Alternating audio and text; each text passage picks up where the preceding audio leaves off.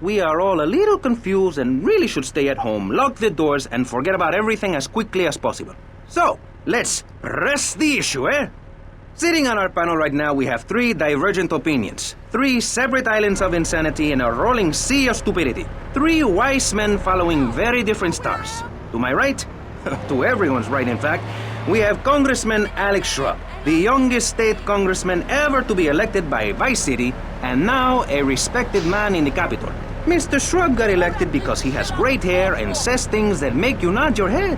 His campaign appealed to the wealthy because he set all of us at ease by finally confirming it's okay to be rich as long as you say you care about the children. Mr. Shrub, welcome. That's not entirely true, Maurice. My campaign also appealed to the poor, who are too stupid to understand what I'm saying, so I held up pretty pictures and I gave out candy bars to appeal to their most base instincts. Thanks, Maurice. I'm glad to be given this opportunity to set the record straight. I haven't given you any opportunity yet, my heartless friend. Let me introduce my other guest first. I hope this isn't gonna get personal. I love Vice City more than anyone, and I can prove it. Yes, that's coming from the man who got elected by calling his opponent a buffalo butt and a fat hen-pecked wimp that couldn't fight his way out of a wet paper bag.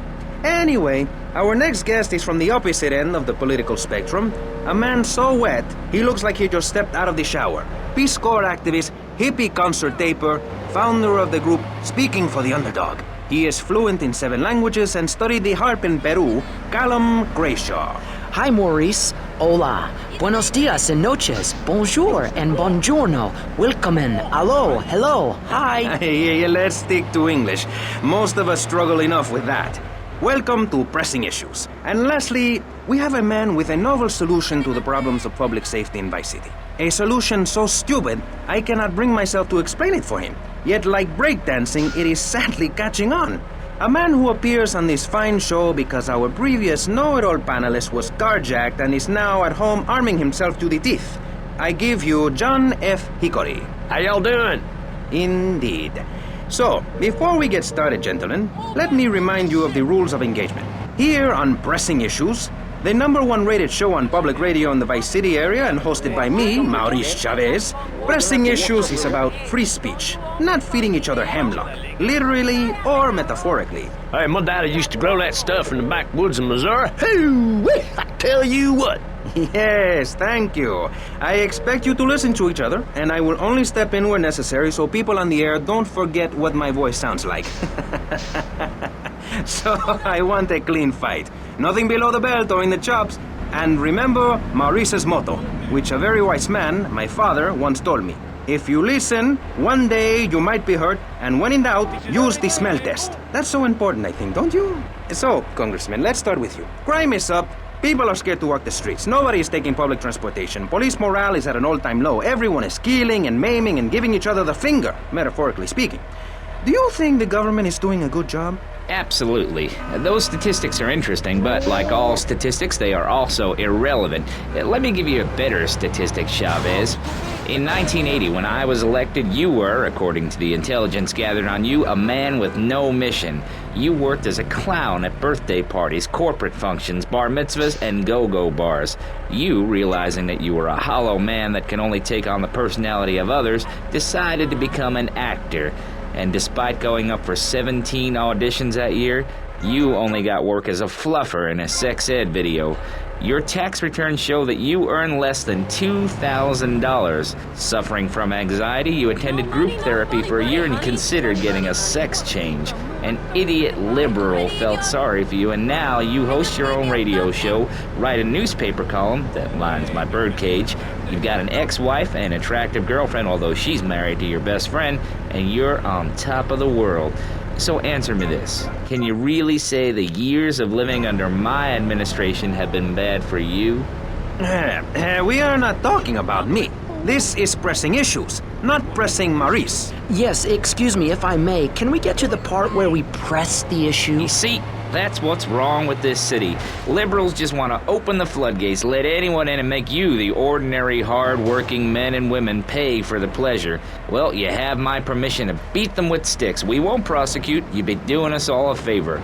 Free love, wig out, don't work, make love in the field, and listen to rock and roll or whatever you call it.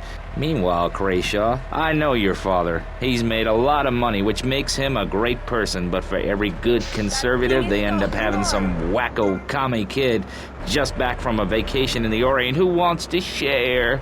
Go take that sharing business to Cuba, or Canada, or somewhere. I don't have a trust fund or a rich daddy. I know what it is to be poor, to look at the world from the other side. I slept my way to the top. If you two would stop hooting and carrying on, I have a plan that will save Florida from the yellow-bellied snakes that want to slither into this great state from all places north. Oh, look.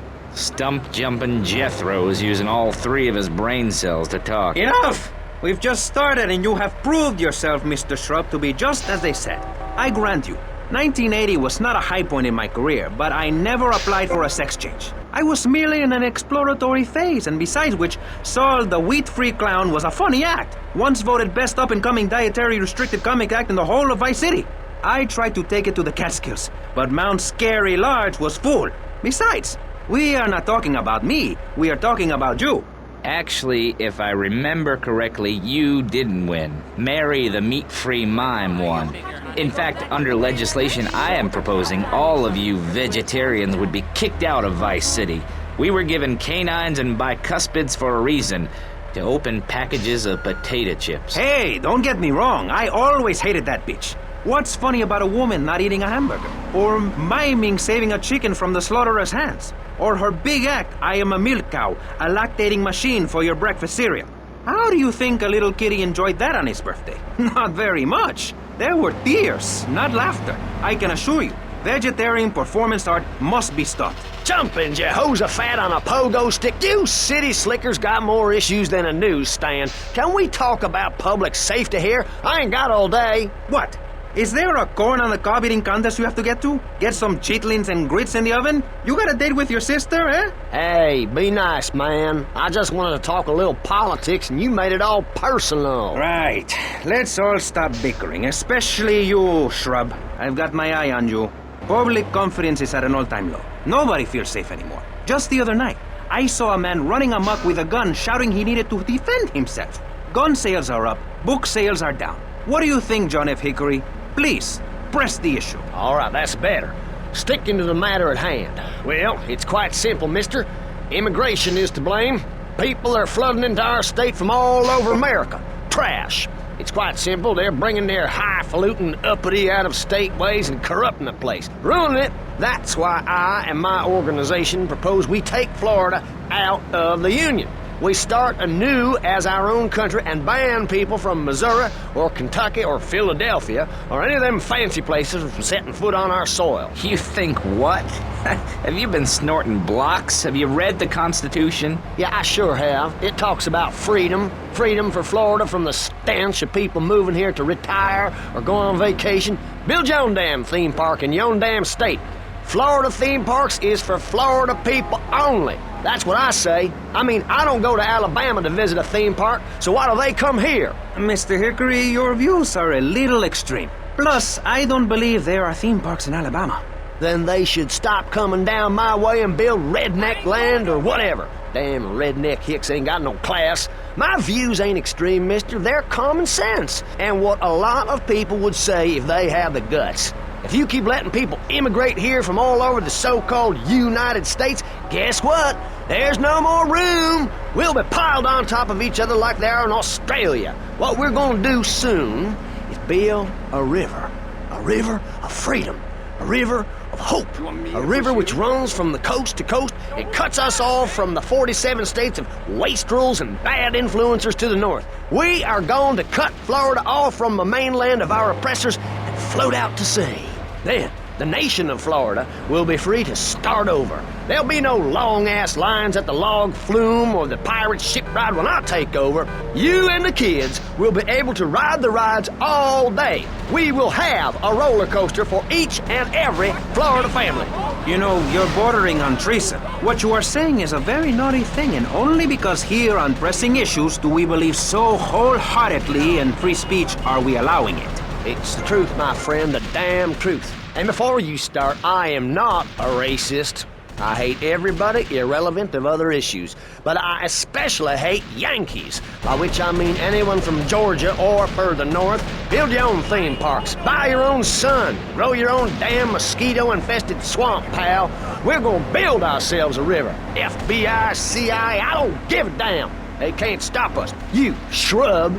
You yellow-bellied, tie-wearing, bribe-taking hypocrite. What have you done for Vice City up there in Washington? I've ensured important tax breaks for gun retailers, real estate developers, and I've cut the cost of policing, saving the city 2% or 25 cents per household over a 6-year period. At the expense of society. Think of the little people. Poor people have no voice in this city. Every time I find a park to meditate in, someone brings in a bulldozer and builds condos. The madness must stop. So you suggest we just stop making babies? People need a place to park their boat and trailer and to put their swimming pool. You're beginning to sound red, and by that I mean you prefer a hammer and sickle over a hamburger. I'm not little. I'm 5'5". It's time for corporations and all of capitalism to step aside for naturalism. You're not saving this planet. You're spending it. Your credit is no good here. We can't afford to loan you any more of our nature. Those are our trees. I only wish I could be around a little longer to enjoy it. I feel so old. Someone must take my legacy. I must train a little me. How old are you? I'm 23, but I feel much older and wiser. I know everything. I've seen a lot of the world. What does the rest of the world have to tell us about how to do things?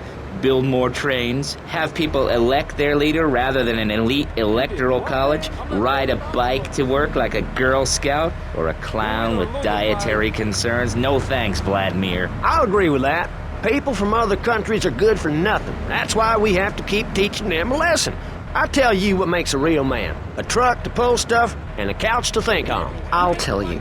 Speaking as a sensualist, and by that I mean a very narrow-minded, id-centered man of peace and travel. I recently went to Europe. I think everyone should see it for a week. You really see what's wrong with this country when you visit a European utopia. Things like a journey, public transportation, healthcare, leather shorts, mustaches. When I went to Belize, I helped some villagers clear some land for an environmentally friendly coal mine. We've all got to make some sacrifices if we're going to get anywhere. My dad gave me the money to set up an exciting trust there. But how does that help the people in Vice City from worrying about whether they're gonna get robbed? What drives a man to just take? What we need are more after-school sports like choir or drama so people can learn to express themselves properly by singing or pretending to be a tree. Have you ever heard a whale sing? It's a lonely form of beauty and some very ancient wisdom, helping people to help themselves with drama and choir and flowers and my dad's money. Listen, trust fund Tommy, your ideas are pathetic. It's no wonder that mankind has woken up one day to find me in charge, amigo. Mr. Shrub, you got elected on a campaign promising to reduce taxes to 0. But under your stewardship, we've seen taxes go up by 20% and services decline. Nobody is interested in your statistics, Chavez. Let me tell you something, pal. I'm better than that. I will not, I shall not, I cannot stoop to your level. They assured me this was a show that understood politics, where we could debate things mano a mano. And I find myself having statistics hurled at me like so much stale confetti. We cannot boil people down to numbers. You have no idea, my friend, what it takes to serve, the sacrifices I've made to help my country, to help Vice City, the complexity of government, the hideousness of my wife, and the way her thighs grow like our national debt. Oh, sure, some people like that, but not me. It's a nightmare, my friend, and I have it thrown back at me by an ingrate like you. I could scarcely get up in the morning. And with that outrageous revelation, let's take a quick break to tell you something very informative. You're listening to Pressing Issues on Vice City Public Radio. Over to you, Jonathan. Hello and welcome back. I'm Jonathan Freeloader, and you're listening to VCPR. This portion of Pressing Issues is brought to you by Ammunition, a proud supporter of public radio and our community. We hope you're enjoying Pressing Issues and the way it challenges your view of society. Unfortunately, public radio in Vice City is under pressure. That's because we're better than everyone. You can't hear this kind of hard-hitting, long, drawn-out programming anywhere else. But you have to give money. That's right, Jonathan. Money is important. It can be exchanged for goods and services, like getting a hip replacement or funding a starving child in Australia. I feel all covered with flies right now. Call us, pledge your money, give 10% of your income. That's all we ask. And for that, you know everyone can be educated on the important things we discuss on VCPR. 10% is a really small amount. I remember when I was volunteering in Central America, to make myself appear less shallow, the native peoples would give you 10% of their land for a pair of mirrored sunglasses. And they would run around me saying chicle, chicle, which is Espanol for pretty woman. It was very spiritual, like waves. Absolutely. But remember, this radio station could disappear. The voice of unprofitable radio could be silenced. One day you wake up, roll over, and she's gone. You go into the kitchen, there's a note scrawled, the sound of a taxi leaving in the distance, a thunderstorm rolls in. It's a metaphor for my haircut, or this pledge drive. Yes, the pledge drive. Become a member. Only members or people with radios can listen to this radio station. Now back to pressing issues. Shouldn't we give out the phone number? Like I tell the children at the library I volunteer at, look it up yourself. No, you can't go to the bathroom, and stop crying. That's good advice. Now, back to pressing issues. Welcome back to Pressing Issues with me, Maurice Chavez. On our panel, we got the secessionist lunatic John F. Hickory, liberal rich kid Callum Crayshaw, and neo-fascist congressman Alex Shrub. Gentlemen, welcome back. Let's start with you, Mr. Hickory. Why the F? For Florida. I'm a patriot. I've even got an orange grove tattooed all over my groin. Excellent. But back to the matter at hand. Public safety. How do we get guns under control in this city? By giving everyone hope, a dream of a better tomorrow, by encouraging people to grow their own root vegetables. What's the satisfaction of holding a gun in your hand when you could be holding a hoe, planting seeds in a peasant village? Keep your hoes and seeds to yourself. We don't need gun control. If you read the Constitution, it's a sacred document that should not be changed. Under our Constitution, women couldn't vote, but the liberals come in crying crocodile tears. We need to get scaremongers and non-believers men like you, Chavez, under control. I've got a good mind to have your funding removed. We don't get any funding. Yeah, exactly. Well, good. You won't see a penny out of me. You've got to stop spreading these lies or I'll whip you myself. And I'm not afraid. The Constitution asserts a man's right to bear arms and arm bears and all points in between. Whoever heard of a gun or a bear causing problems? This is all cocky pop or whatever that word is. It keeps the place safe. Trouble is caused by unemployment, and unemployment comes from poor economic performance and lazy people. If you had a job, would you steal a car? Of course not. And if you had a high-rise condo, a mistress, and a seat on the board, would you run around graffitiing your name all over town and making a nuisance of yourself, spinning on your back and popping and locking and... Not a hope. It's simple. If you don't have a job, starve. Get out of my constituency. By force if necessary, and starve. That is quite simple. Are you really saying that? Of course I am. Vice City is a growing city. Of course, there are going to be some growing pains, but what I tell people is this. Gather up your life savings, buy yourself a piece of swamp, drain it, and get rid of the damn wildlife. Then apply for planning permission. Pretty soon you could have your own retirement community or resort destination holiday place. You can start making money out of the boom, the shrub-inspired boom, and enjoy the kind of things sensible people have. Personal bodyguards, massive fences, and a bigger collection of guns than the other guy. It stands to reason. No, no, no, no. Keep them out of here. We do not want any more old folks. If there are any old people listening, go back to your homes. Florida does not want you. Please, die somewhere else. What's wrong with Nevada or Kansas? We want a river. We need a river. The Freedom River. And what about the other crimes? It seems car crime, fashion crime, drugs, everything is on the rise. Absolutely. Of course it is. When I was in Uganda, people were poor, but they were happy. The more you have, the less you have. And that's kind of what I'm all about. There's satisfaction in spending all day weaving a basket rather than just buying one at the store. At one point in Uganda, I saw a great lake of sand and a massive speaking dog. It was a dog of love, not of hate. It was a spirit journey. What are you talking about? I'm talking about hopes, dreams, the magic of television, especially public television. Puppets can say what men cannot. Yes, but how will that stop people taking baseball bats and pounding the living crap out of each other, as I saw in a Mother's PTA group meeting recently? Baseball is our national sport, our national pastime, joining together as men in order to reward the act of running around in a circle. I will thank you not to take its name in vain, Chavez. I hate that spring training. Who do those guys think they are, coming here and getting in the way, showing us no respect, drinking our orange juice and seducing our women folk? Train in your own home, mister. Our national game down here, my friend, is digging a big ditch, a ditch of hope, which will flood into a river of freedom. So far, we've dug 17 feet. We're almost free, almost, when we are floating away in the Caribbean Sea, free to run things our way, singing Kumbaya in the sunshine. No school, no tax, free barbecue and pinball for everyone. Sophisticated entertainment. Yes, but what about the little guy? What about the guy who is standing there saying, I like being part of America. I like it a lot. I get public radio. I can hear Maurice Chavez. I own a small one-bedroom home, a business selling flowers to people stuck in traffic. 3 or 4 radios, all turned on to VCPR. A dog, 15 ice cubes. But I don't feel safe.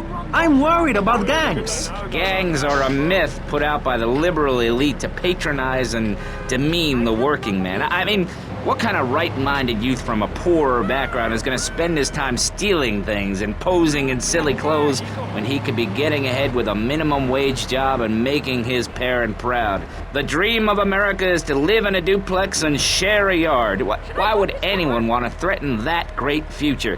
Answer me that and I'll show you a green dog. And speaking for the underdog, the foundation I set up with my trust fund, we believe gangs are a valid expression of a people's identity, a grouping, a community within a community. Gangs are a way to be noticed in the boxy suburbs. You scream out. Rather than urinate at the edge of your camp like a proud native, we spray paint our names on the walls of the mall to ward off predators. And that's supposed to terrify people? No. We believe passionately in non-violent solutions to life's problems. Gangs have to learn to love, to be inclusionary. We'd award badges to good gangs and give bad gangs a silly hat to wear. It would give people something to feel a part of. Kill with kindness, not a garden tool. Yes, but what about the guy getting beaten up on the street? Or the man having his motorcycle stolen? What about him? Or her.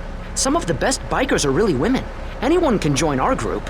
This is about poor people getting together.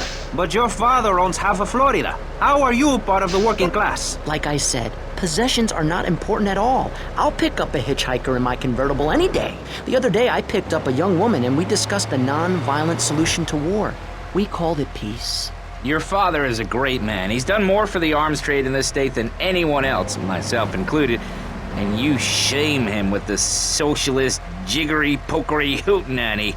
America needs hope, not songs that are supposed to send food to the poor.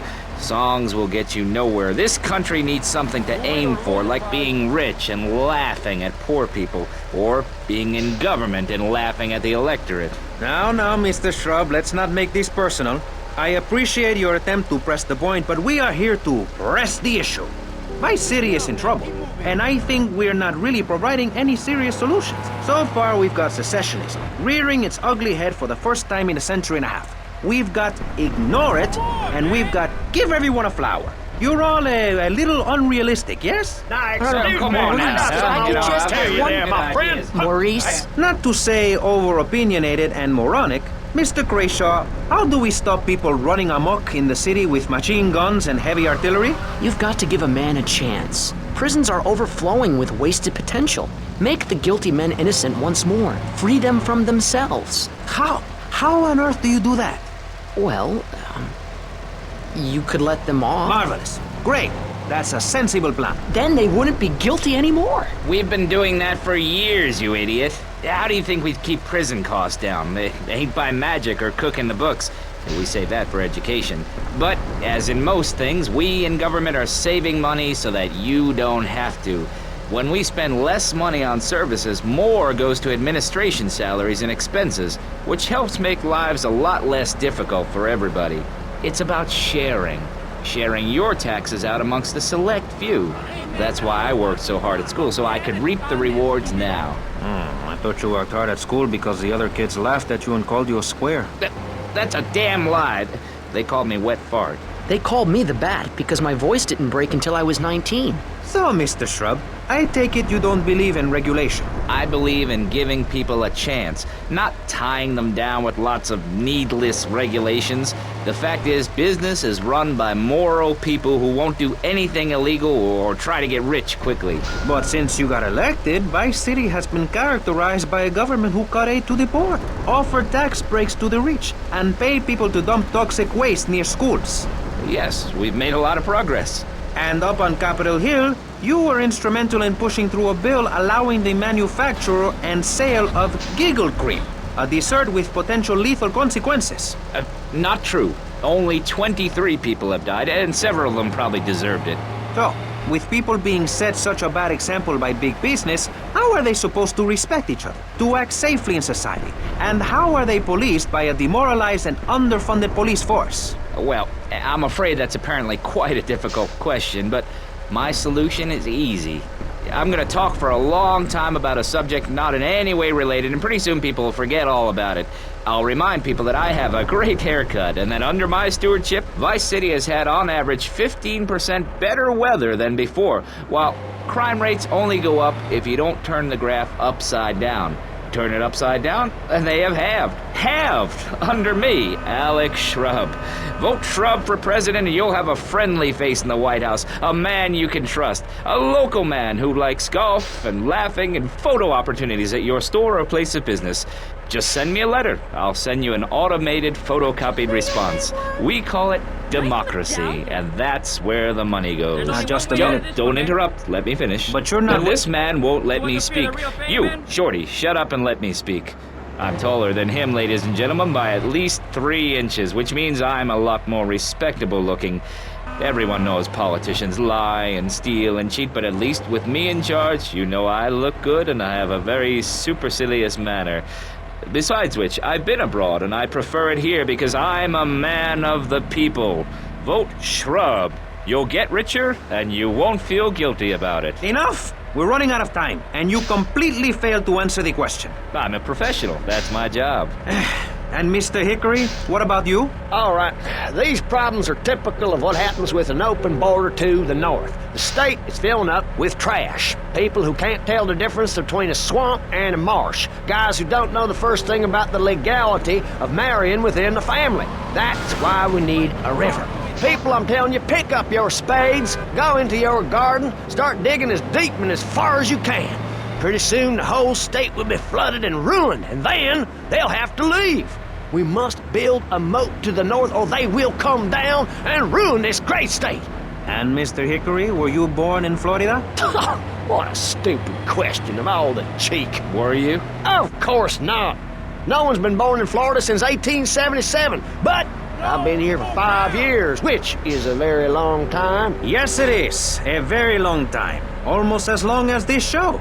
Ladies and gentlemen, you're listening to Pressing Issues with me, Maurice Chavez, presiding over some of the least informed debate on the radio. In this episode of Pressing the Issue, we had Alex Shrub, Callum Crayshaw, and John Florida Hickory discussing safety.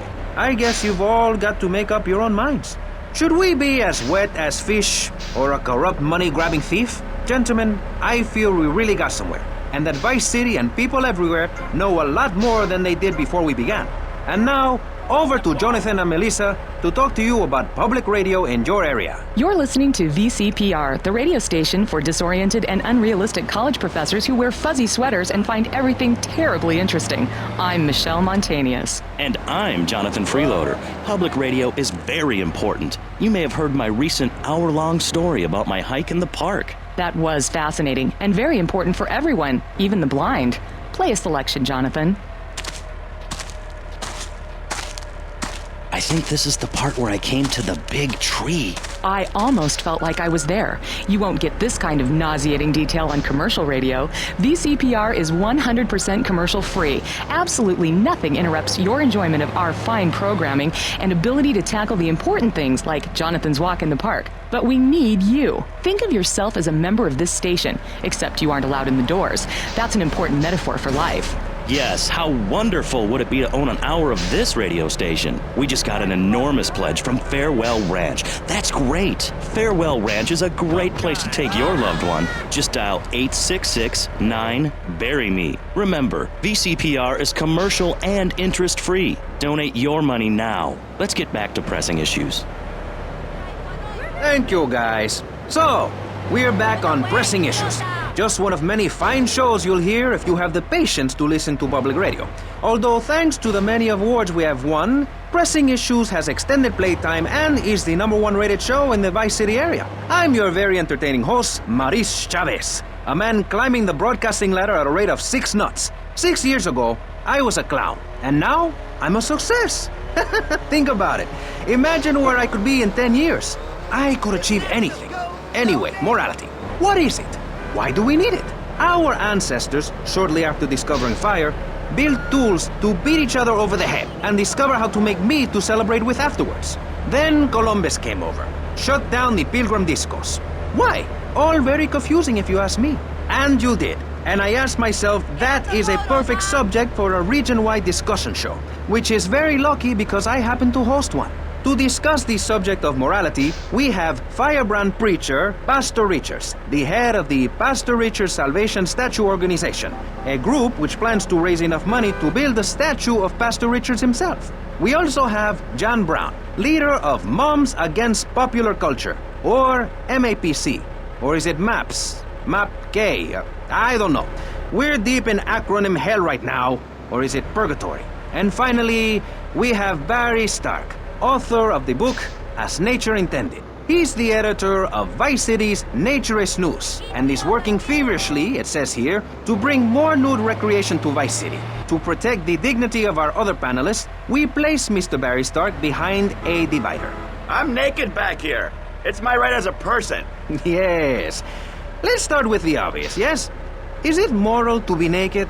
Yes, you can't stop me. Well, I'm a mother, so I have to deal with this issue every day. My adorable kids have learned that it's wrong to be naked. When it's bath time, they know to put on a bathing costume. That's also the reason there are no mirrors in my house. Nudity leads to bad, naughty things. Maurice, if I may interrupt, I haven't worn clothes since 1982.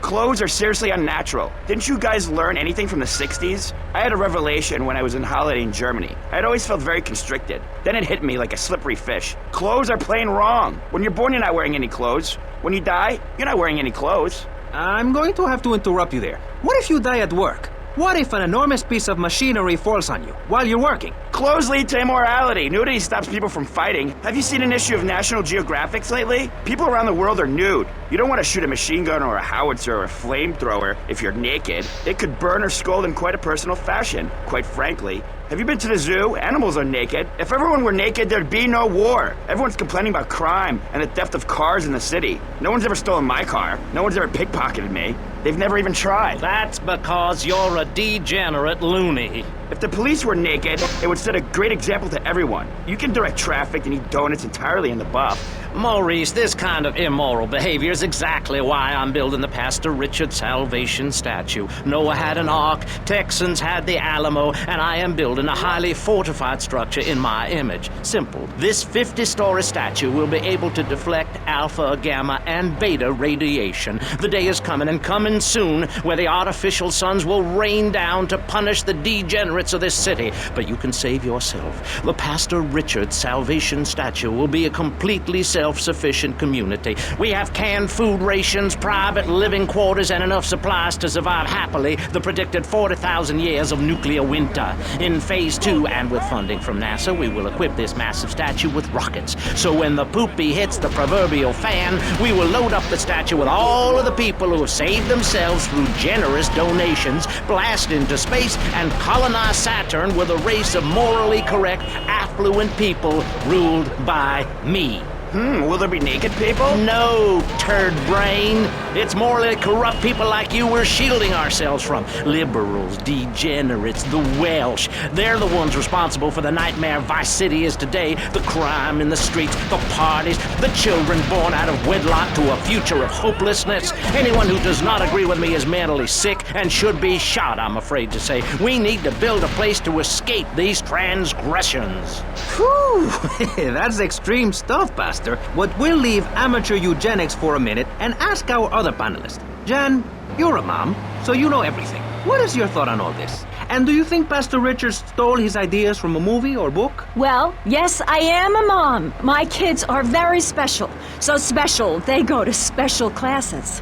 Now, I teach my kids history to give them perspective. Last night I was telling them about how Magellan sailed around the Strait of Magellan and met some friendly natives that gave him supplies. Then he had to kill all of them. And that's an important lesson about life. If you look at nature, you'll see many species that eat their children to protect them. This is especially true of hamsters. It's about putting the family first. That's really important to me, and where a lot of my morality comes from. And if you don't like it, find your own husband and stay away from mine, okay? Okay, but, and excuse me if I sound a little confused here, but I don't think I understand. Now, my morality comes from looking at history and biology and working out what's best for my kids and screw anyone else. That's what this country's all about. I mean, I saw the hippies. What a load of claptrap. What's your kid gonna do at a school with a name like Moonbeam or Wave or Horseradish or whatever they call them? How can you take your kid to a Little League game when you live in a communal farm growing drugs? It's awful. And that's what my life is about, looking down on others. Yes, I think I can see that now. Moving on. Pastor Richards, in your book, you talk about putting yourself first and how people should not make sacrifices or help those in need. Do you want to elaborate? Oh, that's right. People need to learn how to take care of themselves and not depend on others. If you read chapter 45 of my book, I talk about how being selfish is a virtue. The best thing you can do for someone that needs help is to tell them to help themselves. That builds moral character. Morality, Maurice. There's not much left in this city. Every time a culture has taken on the doctrine of helping your fellow man, we get thrown into the dark ages. Look at Russia. They keep trying to help each other out, extend a hand to a neighbor, and guess what? Every 10 years, someone's invading, burning down their homes, and taking their toilet paper. Napoleon, Stalin, Attila the Hun, all of them. After you read my book, you will understand. I may have been born in the sea, but I'm no dummy. Are we gonna talk about being naked? Yeah, soon, Barry. Keep your hair on and calm down, please, my friend. Divorce rates are up. Standardized test scores are down. Vampire sightings at the mall. Can the family be saved? Or, to put it another way, if we're meant to be monogamous, why weren't we born already married? Jan, over to you. Well, since I'm a happily married mother, I know the family unit is the basis of all society.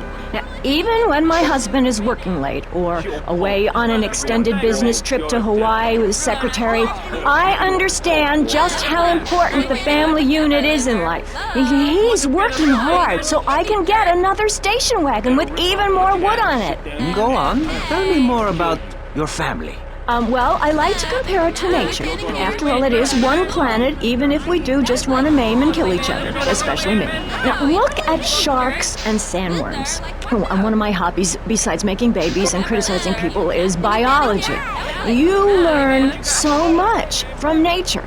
People these days, they don't grow their own food. They can barely get out of their recliners and make it to the supermarket. I tell you, there is nothing super about that place.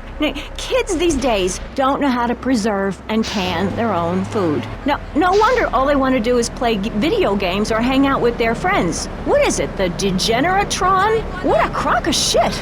Hey, watch your language. This is radio. We have regulations about that sort of thing. But you let a naked man on. He's behind the screen. You can't see him. It's not that exciting. Imagine a flabby guy with a ponytail and a nasty rash. You'll get the picture. Imagine one. I married one. Anyway, what was I saying? You were discussing the Degenatron, which I understand is a games machine. Then you swore. I'm sorry, it makes me so mad. I mean, what I heard my son, Patrick III, I heard him using slang words in the house the other day.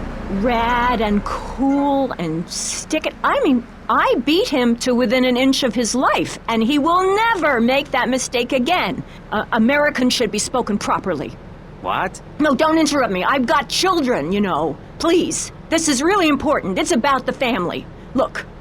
Nobody knows how to cook anymore. Nobody knows how to kill anymore. Nobody knows how to kill dinner. My daddy was a very wise man before that tractor pull accident. My daddy taught me how to slaughter a pig. That's very useful information. Oh, sure, I was a little nervous at first, but he put me in a room with a fork and a fat sow and told me he'd be back in an hour for some fat back and hog gels. As a mother, I'm proud to say I throttled the life out of that little piggy.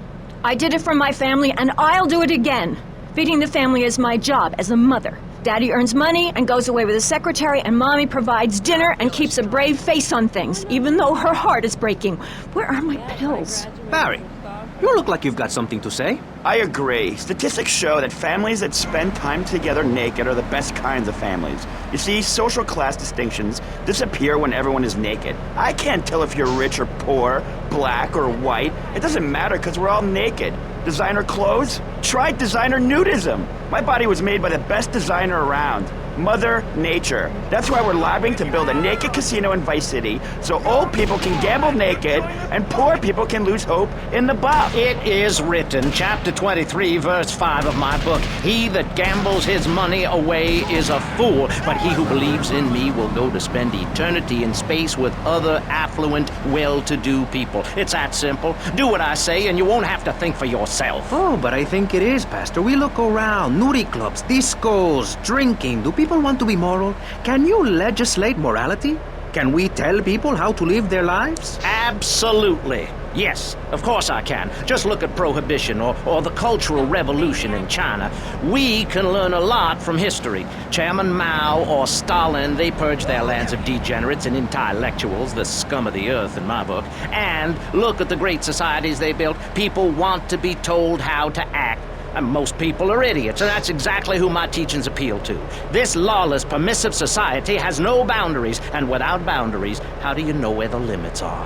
You have to know what's good and what's evil. You need someone to tell you so. Single moms have obese kids, it's a fact, while rich people have a lot of guilt, unnecessarily, in my opinion. I agree. I don't think these people understand just how hard it is to potty train. You have to give a treat when Precious makes it poopy. My kids are big-boned, and they eat prunes every day. But that's what's wrong with this country. All of this emphasis on being thin and healthy. When my children are hungry, I hand them a spear and send them out to the park to catch their own food. They're learning how to be self-sufficient. Yesterday, my youngest, Jono, killed the postman, but at least he was trying. So I gave him a cuddle. I told him to hit Daddy next time he comes home late smelling of cheap perfume. Okay. It's time to take a break before we hear about any more criminal acts against government employees. You're listening to Pressing Issues. Morality is the subject at hand.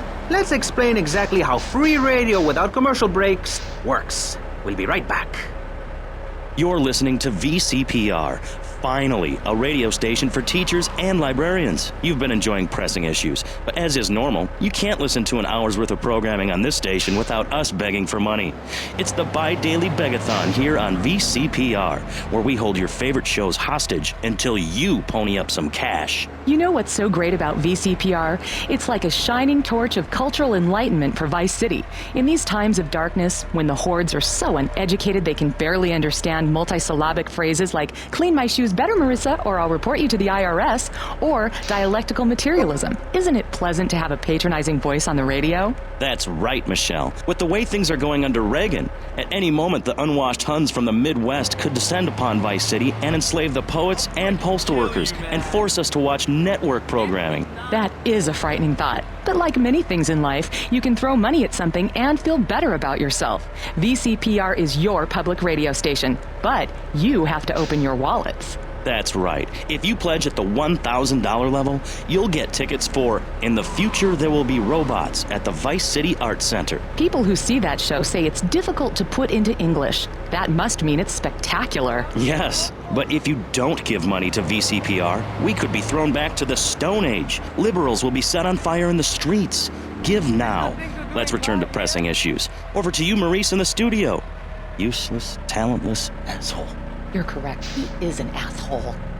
I love those guys. Really professional and living proof that all of the best talent isn't on commercial networks. These people do it for love, because they have integrity, just like me. We're back with Pressing Issues. I'm Maurice Chavez, winner of 5 public radio awards in the Vice City area, including Best Voice. On this show, we take complex issues and boil them down to simple ones so you can understand. On this segment of the show, we are discussing morality. Since the beginning of time, man has asked questions. Why are we here? What time is it? And is there a place around here a guy can get a drink? Early man, as seen in the cave of Lascaux in France, questioned the morality of making the mammoth extinct. I think we all know what happened there. Is it society's job to tell each other how to live? Recently, my city considered passing a public curfew that says nobody can be on the streets after 8:30 p.m. Of course, the bill didn't get passed, but it made people think. If you don't vote, you get morons in charge. Is that moral? I'm not sure. Let's press the issue. Children should be at home with their parents naked. A curfew makes sense. You know how much money I save not having to wear trendy clothes? Read a history book. At the creation of the universe, the Big Bang, everyone was naked. Even you. Why do I have to stay behind this divider? Maurice, please! Because nobody is interested in seeing your business. Because we have standards of decency which you are offending. Look at me! I'm jumping up and down! Oh my goodness, get back behind the divider. Please, I'm married. What's so wrong with me? Why do you hate me because I'm happy? Jan, give me a hug. I won't hurt you. And by the sound of things, your husband is doing the same right now with his secretary. No, we've worked through it. He was stressed. It's hard keeping a family together these days. Everyone, take your clothes off and feel what it's like to be free of bondage. Everyone out there in Vice City, take your clothes off. If this is the land of the free, let's start with our pants. Feel the wind from the air conditioning. Ugh, a breeze is so liberating. Thanks very much. Now, if you could get back behind that divider, Barry, please. Otherwise, I'm going to have to ask you to leave. Thank you. Now sit down. On pressing issues, we think it is very important to respect one another, to treat each other like we would like to be treated. I want a hug. If you don't like the United States, son, why don't you move to Russia? I don't understand people in America today. They call this a Cold War, but it's hotter than hell. Mark my words, any day now you're sitting in school, passing notes and talking about the prom, when suddenly you look out the window and there are Russian paratroopers dropping in to take over. What can you do? Run into the woods with your friends? Call yourselves the Wolverines? Put twigs in your hair and try to beat back the Ruskies? No, you hightail it to Pastor Richard's Salvation statue and blast off into space. But there is a limited amount of space. That's why I suggest anyone who wants the safety and security of your own bunker, give now. Call 866-9-SAVE-ME. We'll get you on the payment plan, and if you're paid in full on D-Day, you and your family will be safe. If not, you may have to choose to save yourself and leave the others behind. Hey, stop selling things on my show. You're not a valued sponsor who supports the art of public radio, buddy. I, for one, welcome our new Russian masters. We can learn so much from other cultures. Did you know in India, the women protest by setting themselves on fire? I tell you, next time the kids are screaming for ice cream and pop, I may just douse myself in kerosene. I use that as a threat to my kids all the time, so it's no wonder they're so screwed up. That's one of the tough things about being a mom, not ruining their lives with guilt. As a matter of fact, I don't let my kids watch cartoons or slasher flicks. Really? That Knife After Dark movie may be #1 in the box office, but my kids certainly ain't gonna see it. If you don't raise your kids right, they end up being like Nude Boy over there or working in radio. I want them to get proper jobs, like being a doctor, not a patient. That is offensive. My mother understood I was special. She made me wear a bonnet as a child, and when I demanded to go to school naked, she was fine with it. After social services moved me, she would still write to me. I still remember when she kissed me goodbye. But Barry, earlier you said you discovered naturism, taking your clothes off, whatever it is in Germany. I know, but I lie a lot. I've got a lot of personal issues. Look at me. Please, Maurice, I need a hug. There's another example of immorality in this city. Public showing of affection. People think we want to see them making out and carrying on. I understand your hormones rage like a wild animal, and you want to ravage one another like there's no tomorrow, but you have to ignore what your body is telling you and work for a higher calling, like construction. We're building a statue, and we need your help. Call me now. You know, pretty soon you won't be able to tell who's a human and who's an android. Why, the corporation is working on it right now. I know, I read about it.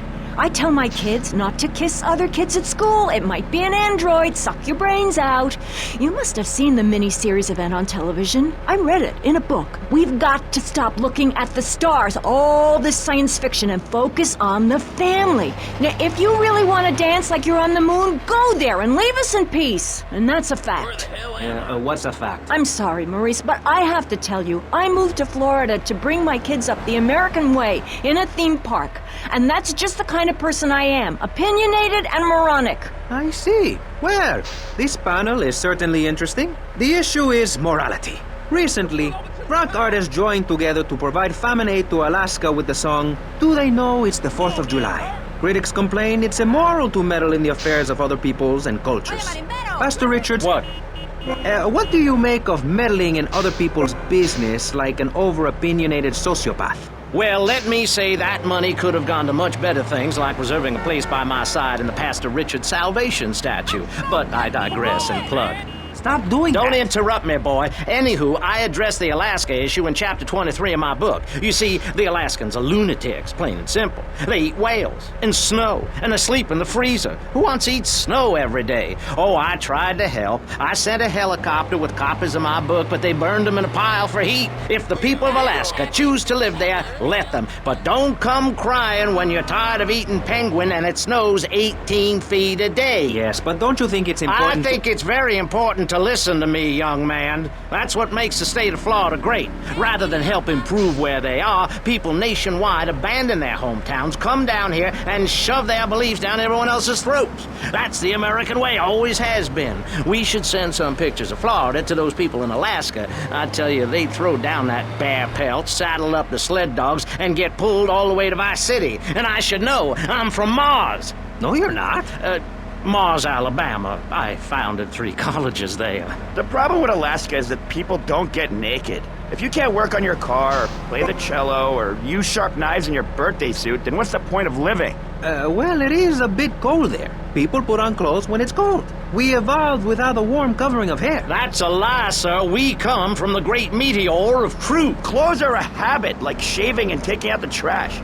As soon as you stop, you realize what a prisoner you were to society and the twisted state of morality. People think that nudists are immoral. Well, we're not. I'm married, I love my wife. In our commune, it's so wonderful to wake up in a big bed and go to breakfast clothed in nothing but a smile. What kind of people are there in your weirdo commune? Single people, families, elderly couples, teachers, politicians, and especially truck drivers. Truck drivers understand what it's like to be by yourself for days on end, with nothing but country music on the radio and a stick in your hand, shifting gears over and over. Truckers realize there's nothing to be ashamed of on the open road. Get naked and beat it on down the line. You've never seen a sense of community and morality like a nudist colony. We share everything, the cooking, cleaning, wives, a shared sense of what it's like to be a complete social outcast. Wait right there, Barry. I'm getting something through the cats. Headphones, that is. Yes? Yeah, okay. We just want to tell you a little more about public radio funding. We'll be right back after this. Hello, I'm sure you're enjoying our high-quality programming. I'm Michelle Montanius. Jonathan, I think it's time to acknowledge the people who are sending money in to shut us up and end this dreadful begathon. Here's a $10 pledge from Fran in Little Havana. Wow, you think she could have given more than that? Yes, mean bitch. I hope she dies an agonizing death. Absolutely, Michelle. And remember, if you want us to wish you well, dig deep and dig soon. That's right. At any moment, conservatives could vote to end our funding and place a fast food restaurant where our studios are. See, there are some people that think everything has to make money. It doesn't. That's why you should give now. Correct. Next week is Environmental Week, sponsored by My Batsu and the Vice City Power Corporation. And next month, we're celebrating Proust's influence on Vice City in association with the Degenitron. But for now, let's return to pressing issues. Remember, VCPR is an advertising-free zone, much like the moon or Times Square. Welcome back. The show is Pressing Issues. The subject is morality. I'm Maurice Chavez. Let's carry on pressing the issue. Now, when the Europeans were done ruining their continent with bland food and soccer riots and arrived in the Americas in the late 15th century, the subject soon turned to morality. You see, Europeans wanted to colonize America, so they had somebody to make fun of. The Pilgrims left England for the religious freedom in Holland, where they visited coffee shops, and after they packed up their ships with plenty of coffee, tea, and cakes to liven up the trip, they set sail for the New World, which they heard had a magnificent roller coaster. Once they got here, they were very hungry, having been on a ship for 65 days. So they ate for 3 days straight. Thanksgiving quickly became an annual custom. America was founded by people who wanted a place where they could tell other people how to live. And I'm a history major. But do we have the right? The question, is it moral to celebrate Thanksgiving, a holiday that is clearly about gluttony, annoying relatives, and awful casserole? Well, I for one love a casserole, and at my weekly meeting my congregation has a potluck. You see, a casserole is a lot like life, Maurice, and that's the basis of my philosophy. If you put a bunch of leftovers from the fridge in a pan and bake it, somebody'll probably eat it. It's like my book. You believe in your favorite sports team, then they get massacred. You believe in gravity, then it turns upside down on you. You love your favorite TV show, then the network ends it with a lousy finale. But you can believe in me, and if you believe in something, support it. It's one thing to love something, but if you don't shower it with money, then just don't talk to me. Communism, don't make me puke my guts out, please. Well, I myself love casseroles on Thanksgiving. And the way to teach your children the rich history of America is through theme parks. I just love Pilgrim World, especially the part where you get to slaughter your own buffalo and take home the meat, or give the locals the flu while buying their land off them for a pittance. That's what children need. What is? Wholesome activities that benefit the family. Now, what good is it if a kid plays Degenitron for 5 hours? Oh, sure, he's killing space aliens, thank you very much, but it ain't putting food on the table. And he's learning bad language, like bleep bleep bleep. When my family go out to dinner, we're starting from scratch, even if Daddy is working late, again. We build our own spears, smear ourselves in dung, and then wait in a swamp for something to come by. In the suburbs? I bet your neighbors love you. How long do you wait? Don't you get arrested? Hey, mister, I'm married. Look at the finger. It has a ring. I've got children, for Pete's sake. Stop eyeing me up. I wasn't. You were. I can see you undressing me with your eyes. Well, I tell you, I was a cheerleader and nearly a prom queen. And I could have married anyone, but I chose John. I chose him because he had a kind face and a rich dad. I didn't know he was going to cheat on me or embarrass me. I didn't know. But I won't be made a fool of. I've got the children. Okay, Jan, it's okay. Men are idiots. Ask my ex-wife. Don't worry. Stay calm. I'm not eyeing you up, but I am a little worried about you. How are the children? Do they enjoy school? Of course they do. That's precisely why I'm going to start homeschooling my children. High school is a cult. There's a group of savages that rule the roost and get all the girls, and everyone else is picked on and abused. It happened to me, and look at me. I'm a deranged mess, and my husband cheats on me. I don't want my kids to go to a public high school. Instead, we have a prom each year in my living room. And that leads to my next question. People in high school in Chile are all naked. I've about had it with you, Barry. I try to be fair, I try to be kind, but you are a freak and a liar and wasting everybody's time.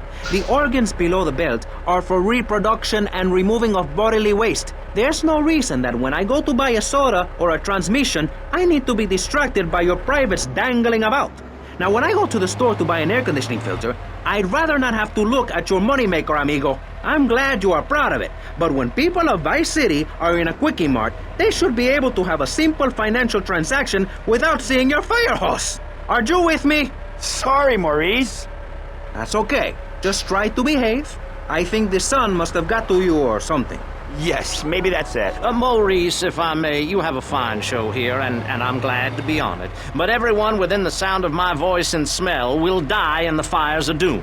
It is written. TV is trash. Radio is trash. Our newspapers are run by Canadians with an agenda. Our very way of life is threatened. We formed this great state to play golf, and I'll be damned if any weirdo hippies are going to tell us we can't fill in wetlands and make a home for ourselves, complete with 18-hole championship standard courses and selective admission.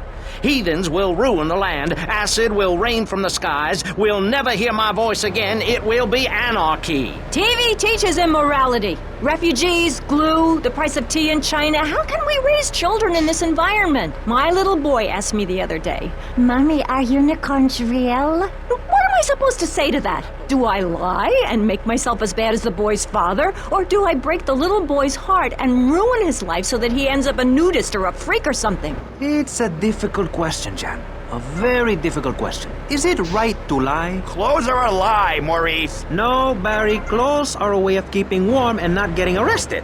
No policeman has ever hit me with his truncheon. I'd like to hit you back to hell, you sicko. You're filth. Human form of vermin. A blight on a fine society, picket fences and garden parties, and everyone coming 3 times a day to my statue to pay homage. Pastor Richards, as a human being, I have to say I find your philosophy or cult or whatever it is utterly and completely appalling. Why, thank you. I knew you'd understand. I mean, you seem to want to build a religion around yourself and some 1950s vision of America. It's the 1980s, man. And one-man worship me cults are not allowed, my friend. Exactly. As I say in the great book, many are called, but unless you have a good credit rating, go screw yourself. You'll burn in hell. Ay, por favor, shut up. Barry, what are you doing? I'm lonely, Maurice. Lonely, and I need some bodily contact. Get back behind that panel. Don't be shy. Please. We've all got one. That means I'm happy. Hey, stay away from me. I'm a celebrity. Oh, good Lord. Hide yourself, boy. I warn you, I'm armed and I'm not afraid to use it. We've all got one. Look how free I am. Van feels so good. I feel you. Hey, Pastor Richards, please, put the gun away. Put it away. No, I am the sole judge of truth and decency. Get back, heathen. Get back. I love you all. Evildoer, die, devil, die. Ow! Dios mío, you shot him! There's blood and pubic hair all over the studio. Ladies and gentlemen, it is complete pandemonium here on Pressing Issues with me, the multi-award-winning and soon-to-be executed Maurice Chavez. Barry? Are you okay? Are you alive? Stop the bleeding. It's down there. Do I have to? Can't you get someone else? Ay, Dios mío, she's fainted. No. Hold it. Harder. Oh, that's so good. I need mouth to mouth. Maurice, please. I might die. Okay. Excuse me, I'm only doing this to save your life. I don't want to. Thanks. I'm getting cold. Quickly. It's okay to use tongues. Get off of me! I'm happily divorced! Shall I send him to hell, Maurice? Yes! I mean, no! No, you psychotic lunatic! Put that gun away! Don't point it at me! Or your what, son? You think I'm scared of your conventional lily-livered morality? You think you can tell me what to do? You think it's wrong for me to have 5 concubines to spread my genes, or to use money from the statue for building my own palace in Hawaii? You think that's wrong, do you, son? Do you, huh? No, Mr. Pastor. It's all right. I think it's very right. Very right indeed. You're the boss. You're in charge. You're the king. Damn right I am. Now, I'll tell you about morality. Morality is what I say is right, and immorality is what I say is wrong. You gotta understand this. I do. Oh, I'm bleeding. I need a proctologist. Shut it. Now, next question. Ask me anything. Ask me anything you want. Yeah, son. well, I'd love to, but it seems that is about all we have time for, actually. The thing is, you see, this is public radio, and every once in a while we need to appeal for money. Or cut away when people start brandishing guns in the studio. Like this. You're on Pressing Issues, and in this show we discussed morality. I think we made a lot of progress and really came together. I'm Maurice Chavez. Bye. Please, don't kill me. I hope you were enjoying Pressing Issues. I certainly was. Yes, it's almost as interesting as listening to you, Jonathan. Wow. Thanks, Michelle. It is, isn't it? Before we let you get back to the show, I thought you'd like to know VCPR has managed to raise $30 this hour, which should keep us on the air for another 15 minutes at least. Thankfully, due to the generosity of the people at DeLeo and Furax, the fascinating show Legal Review will still run. But now, back to the pressing issues. Actually, before we let you get back to the show, I'd like to say something. I know that public radio may not seem very important in an era of poverty and famine and immense personal greed, but I can assure you it is. And not just because I say so. Look at the facts. 15 of the last 37 American presidents and 47 vice presidents have appeared on VCPR in the last month. 33% of all Nobel Prize winners started out in public radio. Without public radio, we would never have discovered gravity, or the pizza, or the fact that a lot of people love to hear themselves rattle. Anyway, sermon over. I hope you folks at home understand how passionate we are about public radio, and it has nothing to do with the fact I got kicked off the networks. That was very moving, Jonathan. Back to pressing issues. Where is the creep? Put him on! Hello. As you may know, you're on VCPR, and this is Maurice Chavez. That is, I am Maurice Chavez. That's Chavez, not Chaves or Chavis. This isn't a game show. Sorry about the upbeat opening. This isn't a game show. It's a political and social debate on free radio, without adverts. And I'm still Maurice Chavez. Hi. Next up on Pressing Issues, we tackle one of the most important issues in our country today. The issue of perception. Not credit card fraud. That's deception. But we're talking about perception. How we perceive the world. These are optimistic times we're living in. A time of go-getters and doers. Our hero is the entrepreneur, the shaker and the maker. Positive thinking, we are told, is everything. Think it, and we can do it. Or can we? Let's press the issue. Now, personally, some days I wake up and I look out the window and I think it's great to be alive. Other days, like payday or my ex-wife's birthday, I want to hide under the pillows and cry. But that's me, a man of contradictions, as my therapist said. He was a Jungian. But whatever.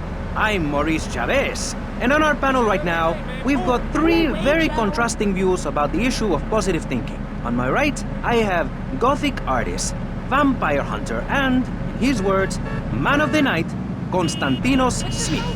Konstantinos, hello. Greetings, mortal. I hope this is good. I'm missing a seance to be here. You don't sound excited to be here. No, man. I'm mind-numbingly depressed. It's great. Okay, I'm going to have to interrupt you there. And on the left, I have positive thinker extraordinaire, a man who dragged himself up from the gutter, Jeremy Robart. Hey, the ghetto, not the gutter. I didn't live in the gutter. I lived in the ghetto. I'm a survivor, not vermin. I'm from the streets. Okay. Hey, I can teach you how to be a survivor, too. All of you. I can help everyone. I've got what they call a gift for communications.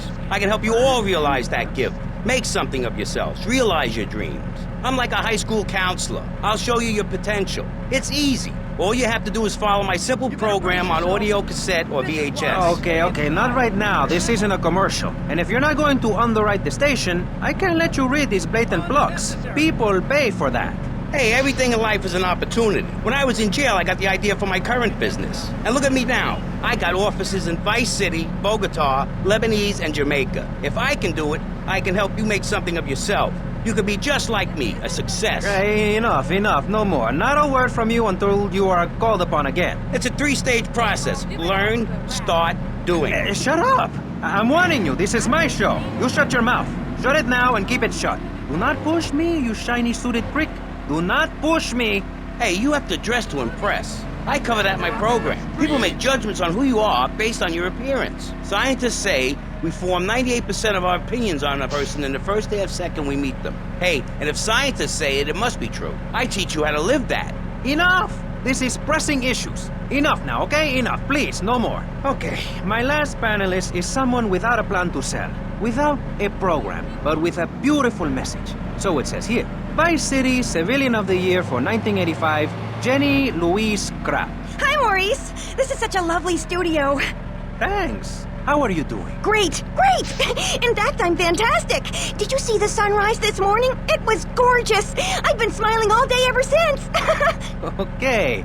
Now let's get with the policy of ladies first. And since you seem to be the most pleasant person here, Jenny, let's start with you. You seem like a very happy person. Oh, I am.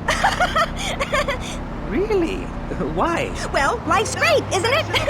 I mean, good things come my way because I hold each one close because I deserve it. I bet you wouldn't be so cheery if you had the Black Plague. Jenny's living in a fictional world. Goths like me, we see the world for what it is. Dark songs of the night, black nail polish, and very tight black jeans, man. Like, everything is great. Well, like everything. Konstantinos, you're shaking your head. I know, Maurice. I am. Any particular reason? Yeah. What then? There's only one thing good about life. And what's that? Death. Death? Yeah, and dying. That's good too. And black. And the moon. At least when you're dead, you can go around as an astral body and visit places like New Orleans. I love New Orleans. It's really hot and depressing. Oh, death is good. Is it? Yeah. What? If you're going to inherit a lot of money? Yeah, no, I mean, yes, but also if you can be positive and upbeat about things. I mean, like my parents were brutally murdered a few years ago. Yeah, and I was really bothered, but I kept smiling and I got a lot out of it. I'm a much better person today having dealt with that. They were killed so I could have a great personal experience, and I see that now. Lucky bastards. I wish someone would kill me. Then I can hang out in a graveyard all the time instead of just on weekends. I know I'm really lucky to have the opportunity to learn about life. You can't control everything in life, so start a day with a smile and you'll end a day with one. What do you start a day with, Konstantinos? Usually with a pint of blood at dusk. Then I light some candles and cry. Okay, moving on before we're all sick. No, Maurice, I do, because I won't be constrained by you. Life is cheap, man, and then you die. If you prepare for the afterlife now, you will be able to summon spirits. That's the truth of the pentagram, man. How profound. You've obviously got a lot of important things to tell the world. The world is a lie, man. Only darkness is truth. I am very much like Vlad Dracul, born in Sixiora, 1431. You're scaring me. I wish you would smile and be happy. Okay, right. This isn't going that well. Look, Hey, can I say something? No, I'm still pissed off with you, you shoulder pad wearing shyster. Hey! Back down, Buster, before I bust your balls. No confrontation. As they say in the movies, I'm a man of peace. I'm done killing. Work with me. What do you want? A broken nose? Some speed in your eye? You're pushing me, man. I'm Maurice Chavez. I know who you are. You used to be a clown. I saw you at a bar mitzvah once. You had a great act. What, did you get tired of kids kicking you in the shin? Still, you were a first-class talent. I was? Yes, great. But you lacked something. I did? Yeah, confidence, friend, confidence. You were all shot up with nerves. I'd like to be all shot up with embalming fluid. That can be arranged. We're talking about me, not Mr. Konstantinos Smith. Yes, confidence. It's where it all begins. Positive thinking. What are we talking about today, Maurice? I forget. Morality and violence. That nutty guy without any clothes. Yes, you're right. Positive thinking. Exactly, friend. We're talking about you, Maurice Chavez. You couldn't cut it as a clown, but you're great, and I mean great, as a public radio host. It takes a lot of work to be uppity and self-important all the time. Every cab I go in, the guys love you. Hey, thanks. Hey, don't thank me, thank yourself. You've learned something, then you started something, and now you're doing it. That's what it's all about. It is? Yes, you thought your way to success. It's a 3-step program based on studying successful people. Like me. Or maybe learn start doing is a little too intense for you. Maybe you should just think, hold that thought, complete. I never had anyone complain about that program. Stop that. Hey, I engage with you, friend, and you're exchanging with me. I cover this in my second tape. One is a positive action as practiced by successful people like salesmen or prostitutes, and the other is a negative action as practiced by failures like winos and judges. What? Stop interrupting me. You gotta open your ears and close your mouth. It's very important. I tell my old lady that all the time. I say, hey, I don't want to hear no complaining. I come home with piles of cash every night, and all you do is bitch. The learning starts in here and ends when we open this. Doing is a whole other story, but we'll come to that. Now, all you have to do is call me right away at 866-434-SELF, and for just one monthly payment, I will change your life forever. I promise you. I'll supply you with all the materials you'll need to completely change the way you see the world. Guaranteed. So stop right now. This is a debate program, not an infomercial. Hey, that's a great idea. Listen, friend, I mean this in a friendly way. Debating is a yes or no proposition. You need to open your mind to the maybes. We're discussing like friends, not debating like enemies. You see the difference? Yes, I do. I think it's so much fun to be on the radio. I'd listen more, but someone stole my radio when they killed my foster family. I hate everyone, apart from the undead. They're the only ones you can really get along with. Well, that's a start. But even you, Mr. Long Hair and Pale Skin, I can change your outlook, guaranteed. That's so great! Like puppies! I saw some dead puppies once. Konstantinos, I've noticed you have a lot of negative thinking. Why the goth lifestyle? Well, some say life is a tea party for zombies. Also, when you only wear black, everything matches. In fact, I'll keep wearing black until something darker comes along. It's a known fact that the best poetry is written when you're horribly depressed. Hey, listen, I wrote a haiku. Oh, the red daisy, flowers retain all happiness. Sunshine, yay! Sunshine!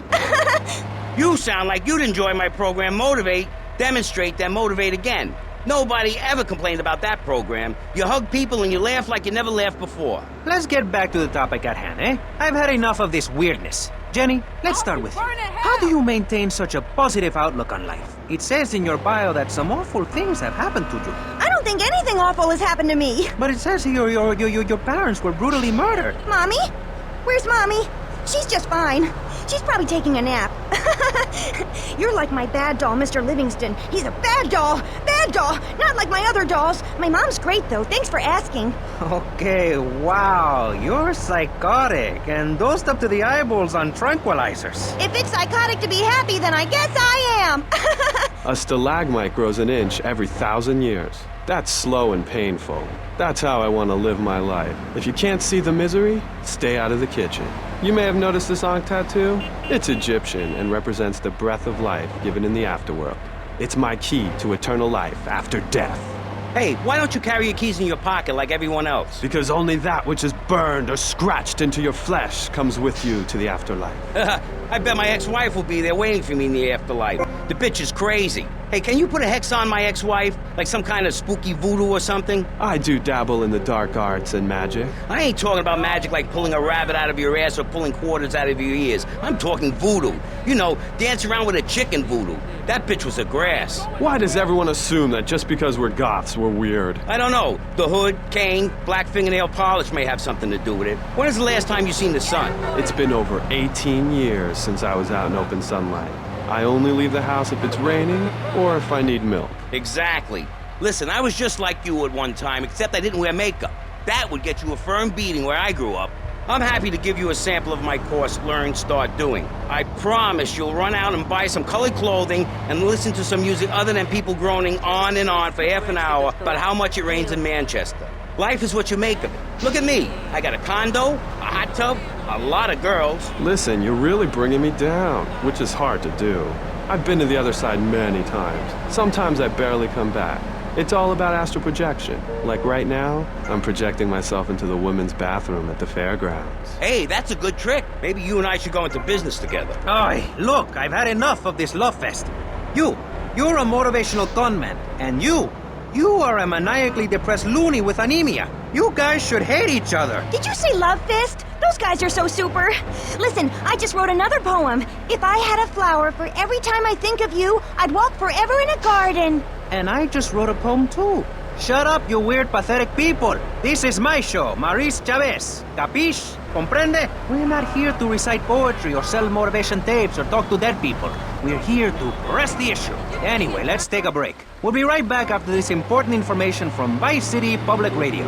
That's Pressing Issues here on VCPR, Vice City Public Radio. If you haven't given money to VCPR and you're listening to this station, you are a thief. That's right, Michelle. You might as well throw a brick through the window and loot the place. How selfish you people are. This is public radio, serving the public with everything that is important, like me. So come on, keep us on air. It's really important. Send us your money. I'm going to say this over and over until you do. Yes, Michelle is known for her begathon tantrums. She cares about this station, unlike you. Think of how much money you spend on drive-through fast food and commemorative plates. Take that money right now and send it direct to me, Jonathan Freeloader, Starfish Island, Vice City. Now, back to the show with Maurice Chavez, the asshole. You're correct. He is an asshole. I'm Maurice Chavez. Welcome back. I used to be a performance clown. Now I'm running a debate show. Funny how things turn out, eh? Or is it? That's the question, you see. If we look upon life as a positive experience, do we make it any better? That's what we're discussing right now here on Pressing Issues. Free radio with free ideas. Just keep those donations pouring in. Don't sell out to corporations. We all need a voice. Really, we do. And today, right now, we're giving a voice to 3 very different people discussing positive thinking, a healthy mental attitude. We've got a goth depressive, we've got a very happy orphan, and we've got a motivational speaker with a number of systems. So let's start with you, Konstantinos, you strange, creepy creature of darkness. Have you got a positive mental attitude? I like to think so. Oh, really? Misery and suffering, it's everywhere, man. And I actively want a fatal disease. What bad can possibly happen to me? You could win the lottery. The lottery, that's for people with hope. I don't enter the lottery. You could. Damn, you two, help me here. I think he's great. I think he's really sweet. I love your hair. It reminds me of a big shaggy dog with long, greasy, straight hair. You know, Chavez, this weird goth guy, he's got a point. I mean, in many ways, what he's talking about is covered in my 3-step program, Tape 17. Motivate, demonstrate, then motivate again, Part 9. Facing home truths. You see, we all have to face up to a few home truths. I'll never be prom queen. Jenny will never have her parents. You'll never make it in the entertainment business. It's about realistic goals. I can change your life. Just a second, Robot. What isn't covered in your 3-step program? What don't you talk about in your Library of Congress-sized tape cassette library? Whatever we talk about, greed, goths, depression, changing lives. Who are you? What have you done that's so great? You wear a cheap suit. Your hair is stuck rigid with spray. Your breath stinks of whiskey. You look like you sell drugs to people. You're a joke, buddy, a bad joke. Oh, now this is getting personal. I come on your cheap-ass show, I spare my valuable time, I cancel several important speaking engagements, I talk to thousands of VIPs in order to spread a message of hope. And this is how I get treated. I get insulted by a man with dandruff. I get slandered by a guy who couldn't amuse a birthday party of 9-year-olds. I get attacked by a guy who works on a volunteer radio. This is not volunteer radio. I earn a salary. How much? How much do you earn, Chavez, big man? Tough guy with a microphone and a cheap jacket, and a look that says my highest hope in life is to work in a bookstore? I'm a go-getter. You're a cheapskate. You're a fraud with nothing to tell people, and no way of helping people. Excellent. I'm really loving this. I hope one of them gets killed. Shut up, dork. All the bunnies are stabbing each other. Shut up. I have a condo, I have a hot tub, I vacation in Aruba. Vacation is not a verb, moron. Yes, it is, because I'm a VIP. I'm very important. And I'm a teacher, a wise man, not an opinionated dolt, a naysayer sitting on the side of life criticizing others while all he can do is get a crappy gig down at a moron station. A man who lives with his mother. I'm between apartments. And I'm between mansions, Buster, from helping people. Do you know how good it feels to be me? Do you have any idea at all how great it feels to wake up and realize you're a rich and talented, important person and in a waterbed with mirrors on the ceiling and more girls than you can imagine? And every time I step outside the door, I can choose which car to drive. If I choose to drive, I have 5 chauffeurs. No, you haven't. Yes, I have. Sweep it under the carpet. That's my motto. If I can't see it, it's not there. Look, I hate to burst your bubble here, but I know you live in a very small apartment overlooking the gasworks. You ain't a big shot. You ain't even a medium shot. You're an asshole. A creepy jailbird who doesn't know the first... I have a message. I can save lives. I'm a savior, my friend. I have a gift for communication. And this is how I get treated. I get insulted, I get paired with a pair of retards, a guy who's afraid of the sun, and a girl dosed up to the eyeballs on antidepressants. Sweetheart, I can get you something much better. These pills are very strong today. Maybe I took too much accidentally. Oh, well. This chick is out of her mind. I thought I was going to get to help people on the radio, to demonstrate my program, to help you, Chavez. Those people on the phone said you were a desperate, lonely man on the edge. Leave! Leave right now. Get out of my studio. Go get your own radio show. Go save some other people. Hey, I'm not leaving till I have the opportunity to save people and sell some tapes. You could call right now and send in the money order. Soon you could have a luxury condo and a waterbed and a suit made in Singapore based on the latest Italian style. Enough! Enough now! Shut up! Hey, Vampire Boy, I'll give you $20 if you can put a hex on Chavez. Dark forces, I summon you to me. Banish these weaklings and mental inferior ones from my presence. Shut up! No, you little snotty-nosed prick. What? Your shoes got lifts, Buster, I can tell. Hey, lift this hairspray! Oh, my nose! Daddy, stop bleeding! This costs a lot of money. I'll sue you into jail, asshole. Stop fighting, please! I hate it when we fight. Can't we have a group hug? Hit me, man. I like it. Oh, my damn nose. Oh, stop crying, baby boy. Who are you gonna tell, huh? Where's your three-step program now? You think I'm a little wimp now? You wanna be rude about pressing issues now, eh? You think you a tough guy from the gutter now, eh, my friend? You think you can screw with me, with Maurice Chavez? What you thinking, asshole? I'm sorry. Please don't hit me again. I love your show. I think I understand this positive thinking. And that was pressing issues. I think we covered a lot of ground. We learned all about how to press the issue. And remember, if at first you don't get hurt, hit the guy very hard in the face with a paperweight. It just worked for me. And I feel like $1 million. Let's tell you a little bit more about exactly how public radio is financed and quality programs like Pressing Issues come on the air. Don't go away. That was Pressing Issues, and this is Vice City Public Radio. We hope you're enjoying the show as much as you're about to enjoy listening to me and Jonathan Freeloader. Hello, everybody. Hi, Jonathan. How are you? Heartbroken, Michelle. Why, Jonathan? Why? Well, because it seems people just don't care anymore. I mean, where are people's priorities? We have campaigned tirelessly for public radio for literally months now, and the station is still in trouble. But a man with a hygiene problem puts on a pop concert, and suddenly everyone has money to hand over to starving kids they've never even met. I think it's a disgrace. Yes, people are very shallow. Like you? Exactly like me. But radio is much more important than food. I have a good mind not to let them go back into pressing issues this time. You have to give us some money. It's a disaster. That's what it is. What's wrong with you people? Please. We're struggling to pay for our second homes here. And I've only had 3 vacations this year. You poor man. Let's get on with the show. Remember, call now. Please. We need your money. Urgently. Thanks, guys. Hello, ladies and gentlemen, and welcome back to Pressing Issues on VCPR. That's Vice City Public Radio. Radio which gives the public exactly what they want. High-quality educational programming about serious topics, and a consistent reminder that the world is going to hell in a handbasket if you don't give us money. Remember, Vice City Public Radio is commercial-free because it is funded entirely by donations from our listeners and corporate sponsors. So if you're enjoying the show, why not make a contribution? I'm Maurice Chavez, and this is Pressing Issues. Pressing Issues is a roundtable discussion group in which we ask self-important people exactly what they think about things, and then they argue amongst themselves for a bit, before leaving with views more extreme than when they came in. Only joking, ladies and gentlemen. This is a show founded on the ancient Greek principle of enlightened debate and the American principle of free speech.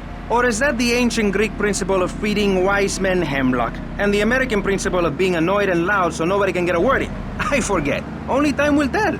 Now, the subject we are discussing right now on Pressing Issues with me, Maurice Chavez, for your enlightenment and enjoyment is a very serious one. Public safety. In case you haven't noticed, Vice City is not